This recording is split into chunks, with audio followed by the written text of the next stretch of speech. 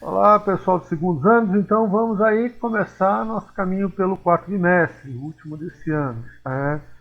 Então, relembrando que nós vimos na semana passada, que foi uma orientação geral sobre o que vai acontecer ao longo desse bimestre. Os dois primeiros encontros, esse e a próxima semana, nós vamos falar do Brasil colônia.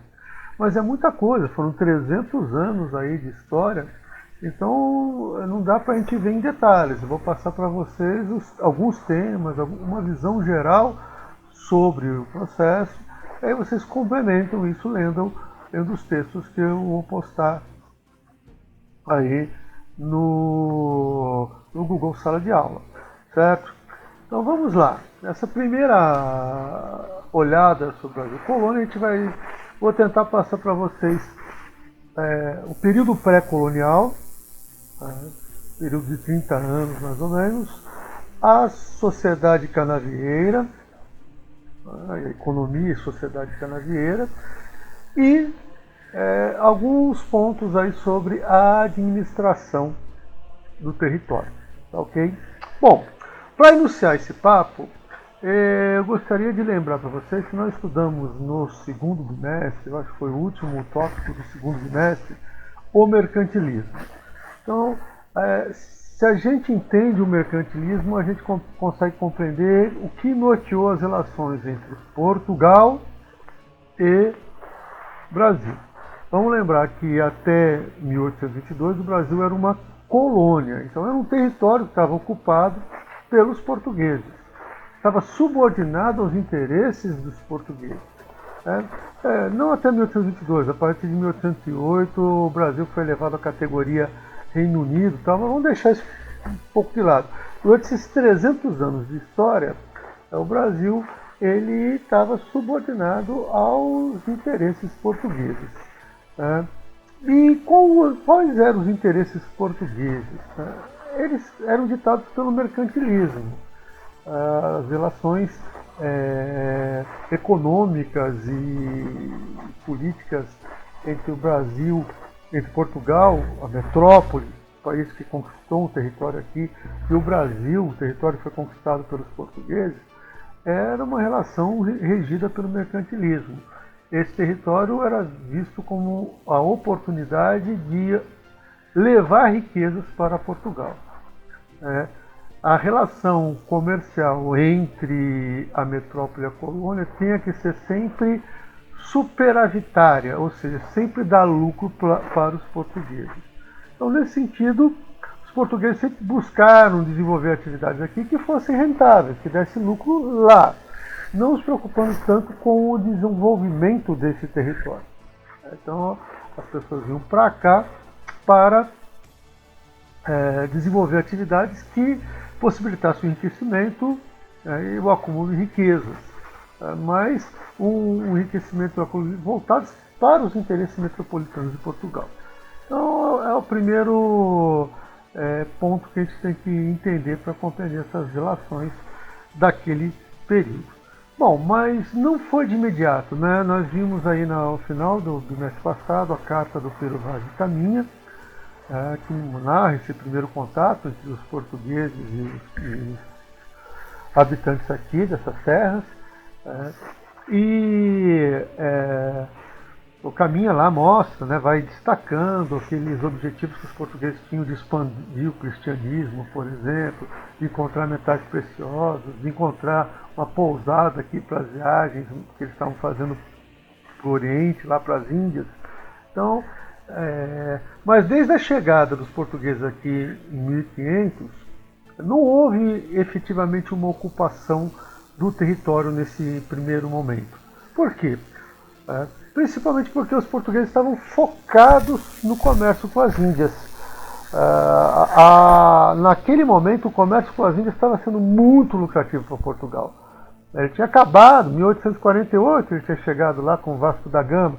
Então, era o auge ali do comércio das especiarias e isso estava dando muita riqueza para Portugal. Se a gente olhar no mapa, Portugal não é um país muito grande, não tinha uma população muito extensa. Ele não dava conta de manter esse comércio com o Oriente, que exigia muito esforço, porque as viagens eram longas, mais ou menos um ano e meio entre ida e volta. Ao longo do caminho tinha que ter as feitorias, que eram entrepostos, onde o navio se abastecia, pegava mercadorias, comercializava. Então era custoso e trabalhoso manter a estrutura que possibilitava esse comércio com o Oriente, que os portugueses desenvolveram. Então eles deixaram meio de lado aqui o Brasil. Então esse período que vai de 1500 a 1532 é chamado de período pré-colonial. Por que pré-colonial? Porque não houve uma efetiva colonização do território. Os portugueses, nesse período, se limitavam... Qual era a relação dos portugueses com essas terras nesse período chamado pré-colonial? Eles organizavam as chamadas expedições guarda-costas. O que eram expedições guarda-costas? Eram expedições de navios que vinham para cá com três objetivos. O primeiro objetivo era explorar a madeira, o pau-brasil, que foi a primeira riqueza que os portugueses encontraram aqui de imediato. Então eles vinham para cá para tirar a madeira, colocar no navio e levar a Portugal para revender. O pau-brasil ele era um produto muito procurado, principalmente por causa do sumo da madeira. Exprimia-se a madeira, tirava uma gosma, um sumo, e vermelho, que era utilizado para tingir tecidos. Então essa era a principal aplicação do pau-brasil. Mas era uma excelente madeira também para construir navios, para fazer móveis. Era uma madeira muito resistente. Mas a principal valor econômico, a principal aplicação do pau-brasil era para tingir tecidos. E isso fazia com que os portugueses viessem para cá, retirassem essas madeiras daqui e levassem para a Europa para vender. Certo? Então as expedições guarda-costas, elas tinham essa missão aí de retirar a madeira, levar para Portugal. Mas o próprio nome diz também, ela tinha a missão de guardar as costas. Vamos lembrar que Portugal fez um tratado com a Espanha, chamado Tratado de Tordesilhas, que dividiam as terras aqui entre eles, mas esse tratado era um tratado entre Portugal e Espanha. Outros países, eles não davam bola para o Tratado de Tordesilhas. Então, o rei da França, Francisco I, por exemplo, ele afirmou: eu quero ver o testamento de Adão que dividiu o mundo entre portugueses e espanhóis. Ou seja, ele estava ironizando o Tratado de Tordesilhas, falando que para ele o Tratado de Tordesilhas não significava nada. Então, franceses, ingleses, holandeses, eles vinham para cá também tirar a madeira. Então, as expedições guarda-costas, elas tinham também esse objetivo de tentar afastar essa presença de marinheiros de outros países, principalmente Inglaterra, França e Holanda, que tinham interesse em vir para cá tirar a madeira. Então a madeira estava aí, fazia-se o escambo com os indígenas, a troca de bens pelo trabalho indígena de ajudar a colocar a madeira no navio, e levava-se esse produto para a Europa. Então, outra função das expedições guarda-costas era tentar proteger um pouco o litoral aqui, que era muito extenso, né? Mais de 7.000 quilômetros de litoral. Portugal deve ter uns 800 quilômetros, 10% disso. Então, eram essas as funções. E também tinha a função de mapear, de conhecer um pouco o litoral brasileiro. Eram as três principais funções dessas expedições guarda-costas que foram aplicadas durante o período pré-colonial. Certo? Então, relembrando, não houve interesse porque o foco de Portugal estava no comércio com as Índias inicialmente. Era lá que estava gerando muito lucro. Então, o que ele fazia para cá? Organizava essas expedições guarda-costas, que tinham a missão de explorar a madeira, de mapear o litoral e tentar defender e expulsar, tentar evitar que franceses, holandeses ou ingleses eles se aproximassem dessa costa. Mas não conseguiam, obviamente. Bom, essa presença de outros países foi ficando cada vez mais constante. Então, Portugal começa a perceber que, se não ocupar o território, poderia perder essas terras para outro país que efetivamente ocupasse. Além disso, depois de 30 anos, A madeira, o pau-brasil, assim, estava mais fácil para ser explorado, porque não dava para tirar madeira muito do interior. A madeira tem que estar na praia para ser retirada. Uma madeira que tirasse muito para o interior era muito difícil, não tinha cavalo, não tinha boi aqui. Né? Como ia trazer essa madeira pesada para perto da praia para colocar no navio? Então, a madeira que estava mais imediatamente no litoral, pronta para ser explorada, ela começa a rarear, começa a ficar escassa. Isso é um fator. Outro fator é que depois de 30 anos também, o comércio com as especiarias já não está dando tanto lucro, já não enriquece tanto Portugal. Por quê? Porque as especiarias, né, os artigos do Oriente, né, elas são produtos que não são muito perecíveis. Então, com a vinda de mais e mais e mais e mais navios carregados com essas mercadorias para a Europa, isso aumenta muito a oferta. As especiarias eram muito caras quando era muito difícil obtê-las. Quando a oferta era pequena e a procura era grande. Depois de 30 anos, a oferta de especiarias ela aumentou muito. E quando a oferta aumenta, vocês sabem, o preço começa a cair. E com o preço caindo, o comércio de especiarias já não era tão lucrativo assim. Então os portugueses começam a olhar aqui para esse território com uma outra perspectiva.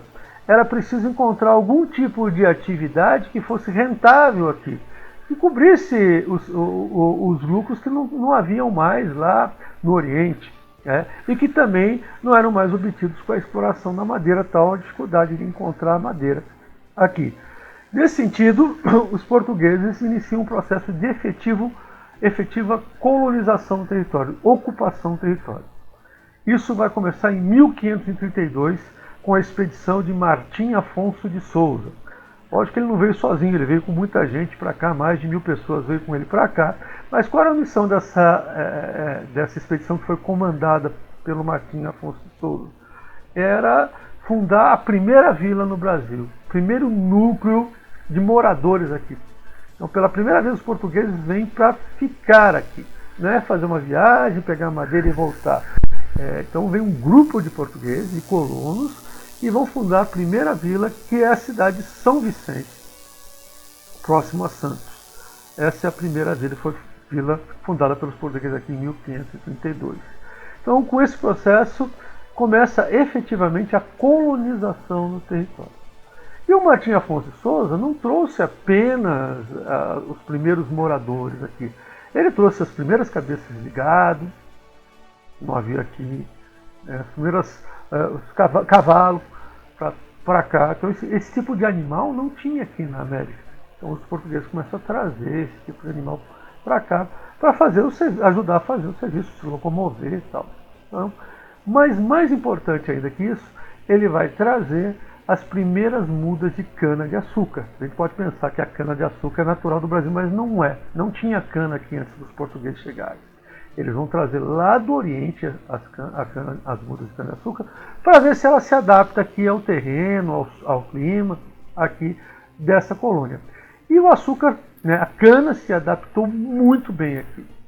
Então aquela atividade que os portugueses estavam querendo desenvolver aqui, que fosse lucrativa, passa a ser a produção açucareira.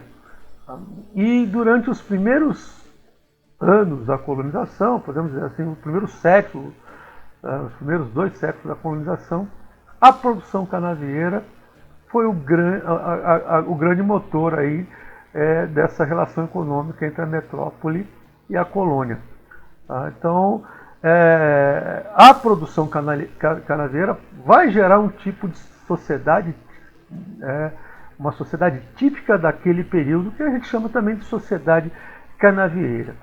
Então é preciso a gente atentar para como era feita essa produção do açúcar aqui.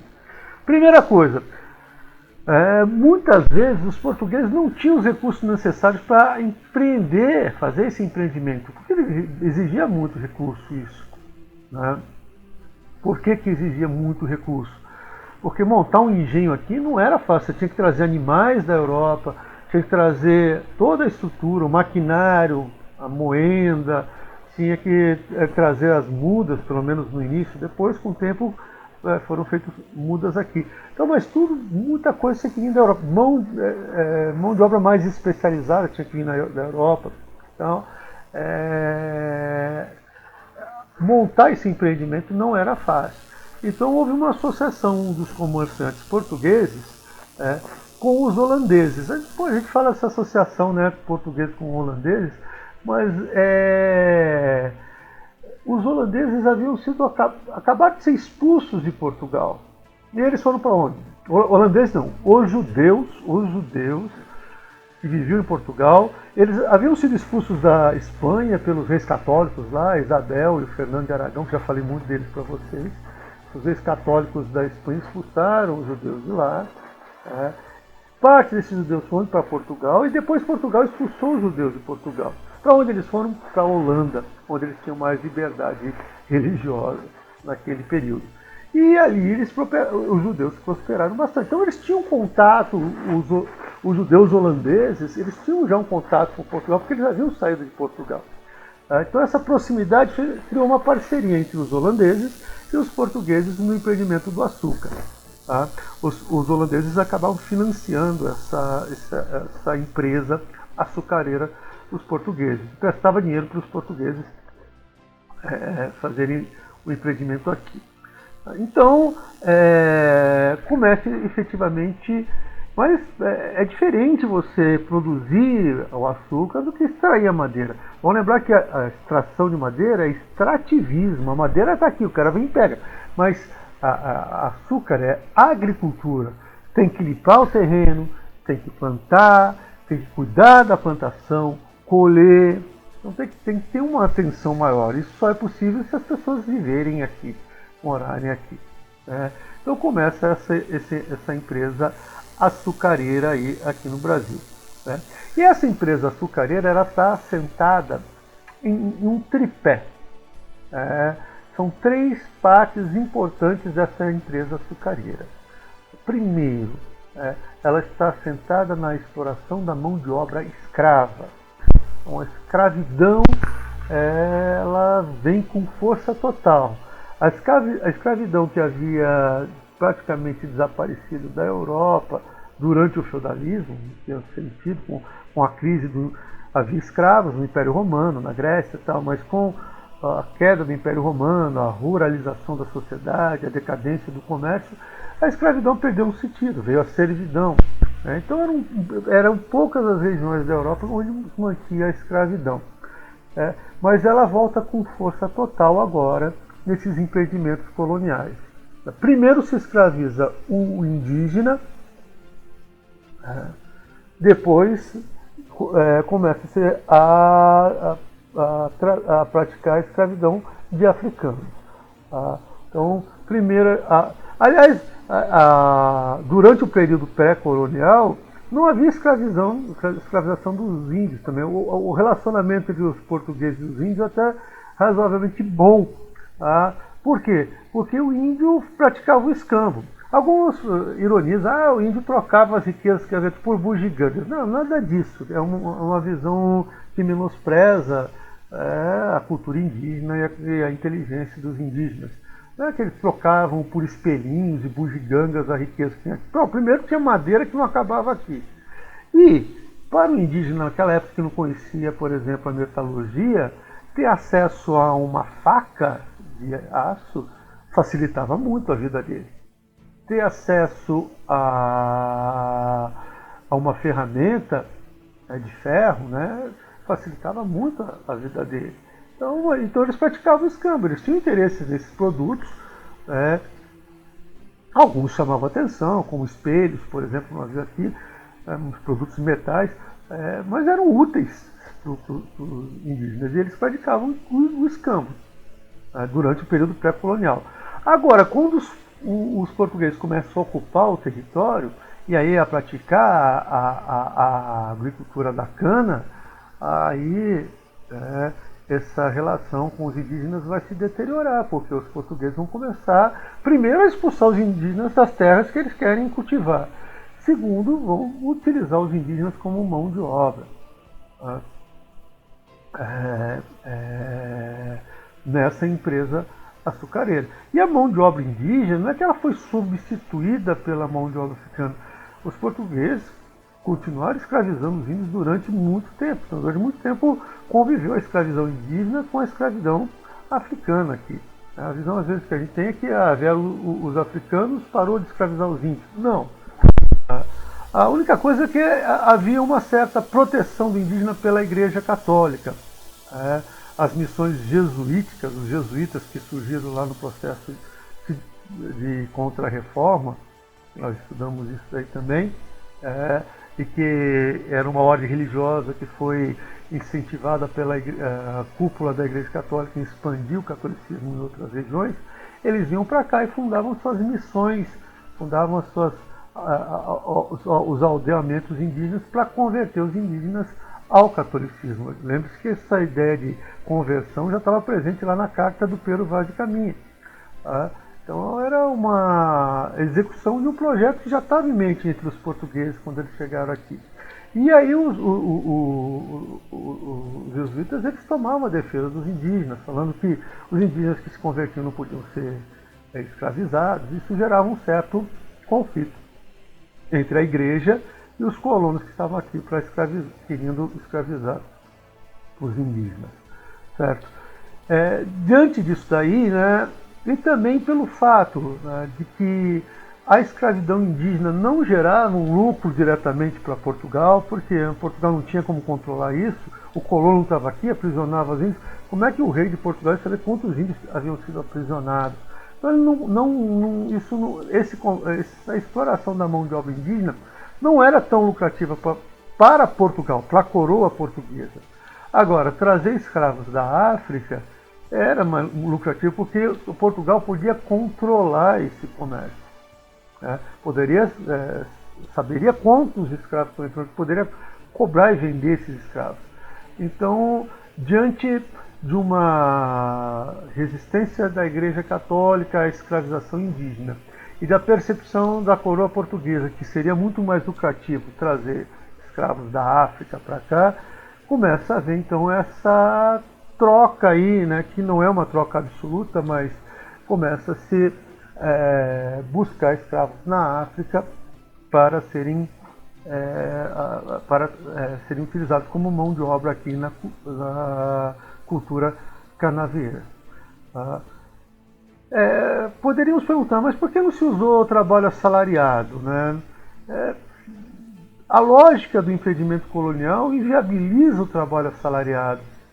Não porque o escravo seja mais barato, ou porque seja mais lucrativo. Às vezes, dependendo do salário que você paga para um trabalhador, é muito mais barato. É muito mais barato para o Uber ter pessoas que usam o seu próprio carro e recebem tão pouco para trabalhar para eles do que o Uber comprar um escravo e ter que dar um carro para o escravo trabalhar para ele.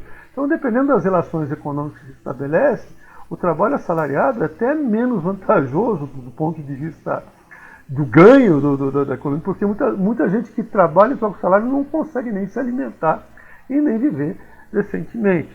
Logicamente, eu não estou defendendo a escravidão, mas só estou querendo desmontar um pouco aí a visão de que o trabalho escravo ele é mais vantajoso do que o trabalho assalariado. Depende do salário que você paga para o seu trabalhador, das condições que estão oferecidas para o trabalhador. No mundo existe muita gente que trabalha de forma assalariada, é livre, mas vive em condições mais precárias do que escravos viviam em determinados momentos da história. Certo? Não estou defendendo a escravidão, certo? Porque não existe bem maior do que a liberdade de uma pessoa. Isso tem que ser preservado acima de tudo. Mas a gente precisa desmontar um pouco o mito de que o trabalho escravo vai ser sempre mais vantajoso que o trabalho assalariado. Depende das circunstâncias. Então, e a colonização naquele período criava circunstâncias bastante desfavoráveis para o trabalho assalariado. Por quê? Porque havia muita terra aqui. Os portugueses estavam vindo aqui, expulsando os índios.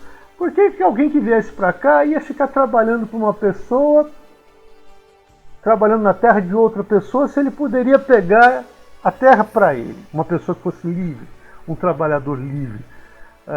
Então, o apelo de ter o acesso aos seus próprios meios de produção meio que desestimulava a utilização do trabalho assalariado aqui. Uma pessoa livre poderia não se contentar e ficar trabalhando para outro, querer um pedaço de terra para si para produzir. Então, isso criava uma situação que colocava o trabalho escravo como a forma de exploração da mão de obra mais viável dentro da lógica do capitalismo mercantilista que se estabeleceu naquele momento. De resto, é um processo muito violento, é um processo que provocou uma diáspora grande de africanos com muita violência, é indescritível, né? Tanto que um estudioso aí, ele escreveu que esse processo de nascimento do capitalismo foi, foi marcado por, jorrou sangue por todos os poros. Então, a violência. Por que as pessoas estão sendo escravizadas na África, os índios estão sendo escravizados aqui no Brasil? Para que algumas pessoas fiquem ricas. Que pessoas eram essas? No nosso caso, aqui nesse contexto, os comerciantes portugueses, os empreendedores portugueses estavam indo para cá colonizar. Então, mão de obra escrava é a primeira característica, a utilização da mão de obra escrava é a primeira característica dessa empresa colonial, açucareira. Segunda característica, era uma produção realizada em latifúndios. Latifúndios. Como é que foi a ocupação das terras aqui no Brasil? Isso tem a ver com a maneira como Portugal resolveu administrar essas terras. O rei de Portugal naquele momento, Dom João III, se não me engano, ele não acreditava que não havia condições do Estado português bancar a colonização. O que ele fez? Ele terceirizou. Ele dividiu o território aqui em 15 grandes lotes de terra e distribuiu para 13 nobres portugueses virem aqui fazerem essa colonização, essa ocupação no território. É o processo que a gente chama de capitanias hereditárias. O cara que recebia a capitania hereditária, ele não era dono da capitania, a capitania pertencia ao rei. O que o rei dava para o cara era o direito dele e dos descendentes dele explorarem essas terras aqui. Então o território foi dividido em 15 capitanias, foi distribuída para 13 donatários, 2 donatários receberam 2 capitanias, e a missão desses donatários era proteger o território, colonizar, produzir aqui e pagar o quinto real, que era 20% de tudo que era produzido, do todo o lucro, deveria ir para o rei. Então foi o sistema que o rei de Portugal encontrou para ocupar essa terra. Então imagine esse território aqui. Também vamos desconstruir aquela ideia de que as capitanias iam até o interior. Não. Durante muito tempo a ocupação ficou só no litoral. Embora o mapa mostre a capitania indo até a Tordesilhas, não é que as pessoas ocupavam todo aquele território naquele momento.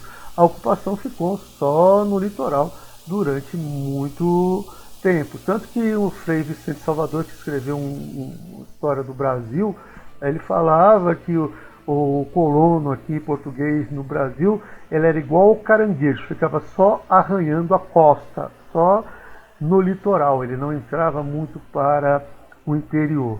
Durante muito tempo foi assim. Então, mas essa distribuição de capitanias hereditárias e o poder que o donatário da capitania, o cara que recebia a capitania, tinha de distribuir terras, que eram chamadas de sesmarias, fez com que as terras aqui fossem distribuídas em grandes lotes. É o que a gente chama de latifúndio, uma grande propriedade de terra. Certo? E aí começa das nossas maiores chagas, dos nossos maiores problemas, que é a grande concentração fundiária do país. Hoje, segundo o IBGE, grosso modo, sim, 10% da população detém 90% da posse da terra no país, enquanto os outros 90% têm que dividir os 10% restantes da posse da terra. Vocês conseguem entender isso? Isso quer dizer que nesse processo de ocupação, através das capitanias, das sesmarias, houve uma grande concentração das terras na mão de poucas pessoas. E a base da nossa desigualdade social, um dos fatores que gera a nossa desigualdade social aqui nesse país, está aí. E o Brasil nunca passou por um processo amplo, sério, de reforma agrária, de redistribuição dessa propriedade. Então, o que ocorreu em vários locais, como nos Estados Unidos, por exemplo. Os Estados Unidos não é que passou por um processo de reforma agrária. A ocupação do território a oeste, ela foi feita em pequenas propriedades familiares. A França passou por um processo de reforma agrária durante a Revolução Francesa, que distribuiu terra para os camponeses. Então, em muitas regiões, houve um processo de desconcentração da propriedade. No nosso país, não. E essa concentração começa de forma muito forte com as capitanias hereditárias e as sesmarias.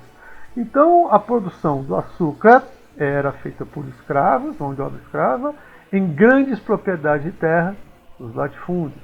Né? Era uma produção monocultural, só se produzia açúcar. Desculpa, açúcar não, cana. Só se produzia cana. Há relatos até de pessoas passando fome. Tinha plantação de cana, eles tinham plantado muita cana lá, mas não produziam outro tipo de alimento. Né? Muitas vezes dependiam dos navios de Portugal trazer esse alimento, porque era mais rentável, dava mais lucro. Investir energia para produzir a cana, vender a matéria-prima para fazer o açúcar e comprar o resto do alimento de Portugal, do que produzir isso daqui. E vamos lembrar que naquela época a técnica, né, inviabilizava, por exemplo, a produção de trigo nas regiões mais quentes aqui, a produção de alguns gêneros que eram importantes para a dieta dos portugueses, era inviável produzir aqui naquele momento. Então eles traziam isso de Portugal. Mas, então, a monocultura é uma monocultura voltada não para atender as necessidades de quem vive aqui, mas voltado para o mercado externo, para exportar, para mandar para Portugal, para que Portugal exportasse junto com os holandeses no resto da Europa. Tá? Então vejam, esses três elementos: uma produção monocultural voltada para o mercado externo, baseada na mão de obra escrava, feita em grandes latifúndios, recebe o nome de plantation. O que é o plantation? Plantation é essa forma de produção que carrega essas três características com ela: produção monocultural voltada para o mercado externo, produção baseada na mão de obra escrava e feitas em grandes propriedades de terra. Então isso é o que a gente chama de plantation. E aí o plantation caracterizou essa forma de produzir do açúcar, tá? da cultura canavieira aqui no Brasil. Okay. E como eu disse há um tempo atrás, essa forma de produção acabou gerando uma sociedade específica daquele contexto. É o que ele chama de sociedade canavieira. A sociedade canavieira é uma sociedade patriarcal. Por que patriarcal? Porque quem tem o poder é o senhor de engenho. O senhor de engenho é aquela pessoa que teve recursos para montar o seu próprio engenho aqui. Esse senhor de engenho, ele dominava suas terras, aplicava justiça nas suas terras, ele era quase como um senhor feudal. Tem o pessoal que teve alguma forçação de barra de alguns historiadores tentaram ver aí uma espécie de feudalismo aqui.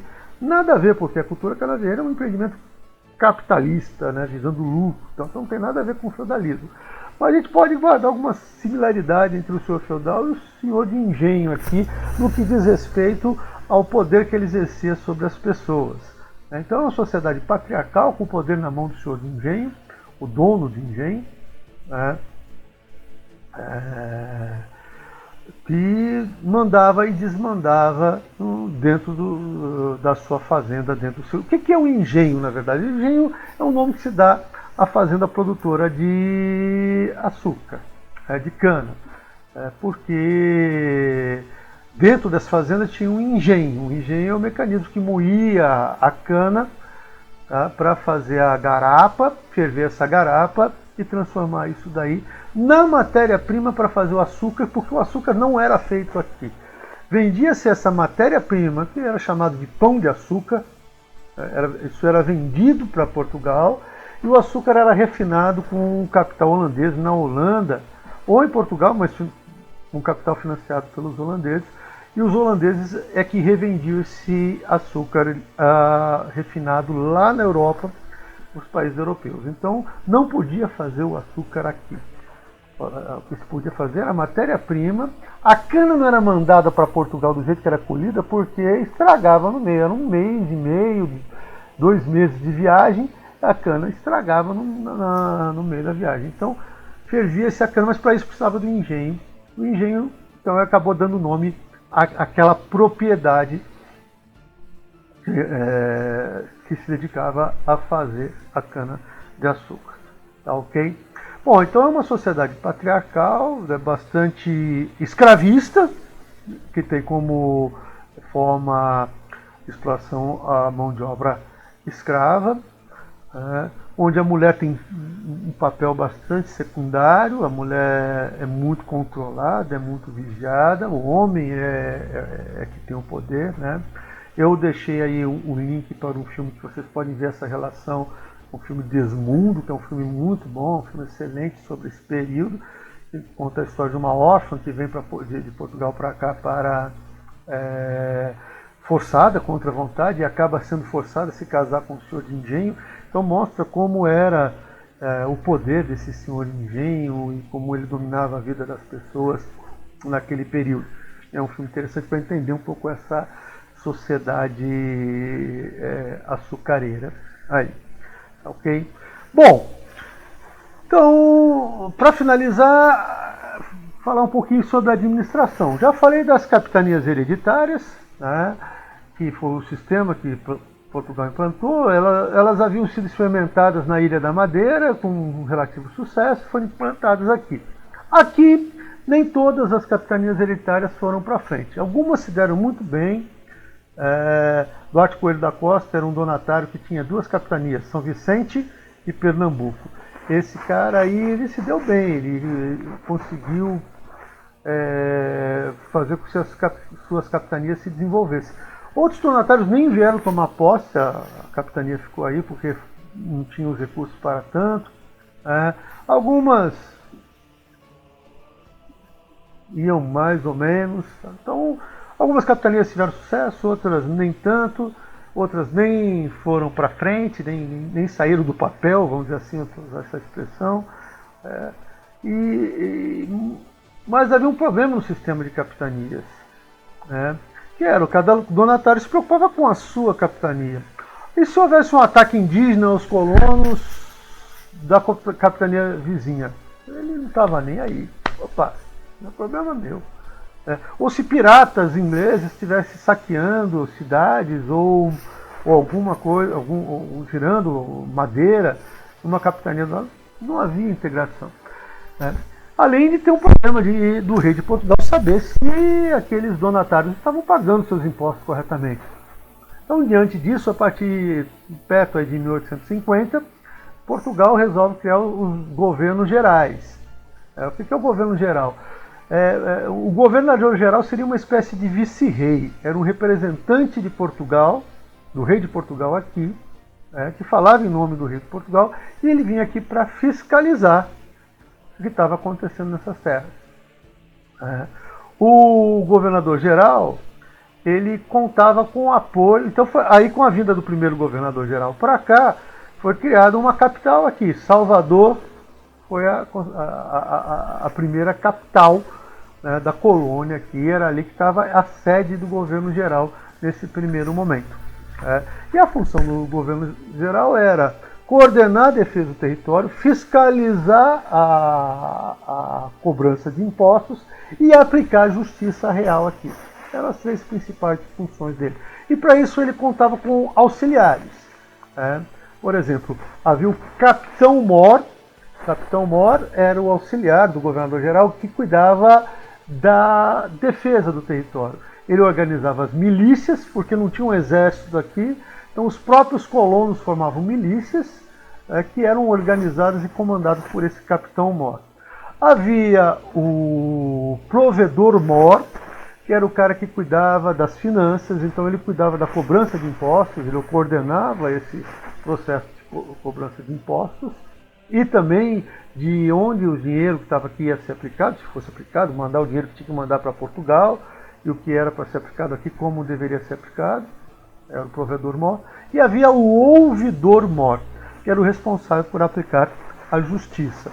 Ouvidor, ele ouvia as queixas e decidia quem é que tinha razão, quem não tinha razão, quando havia algum tipo de conflito, algum tipo de reclamação.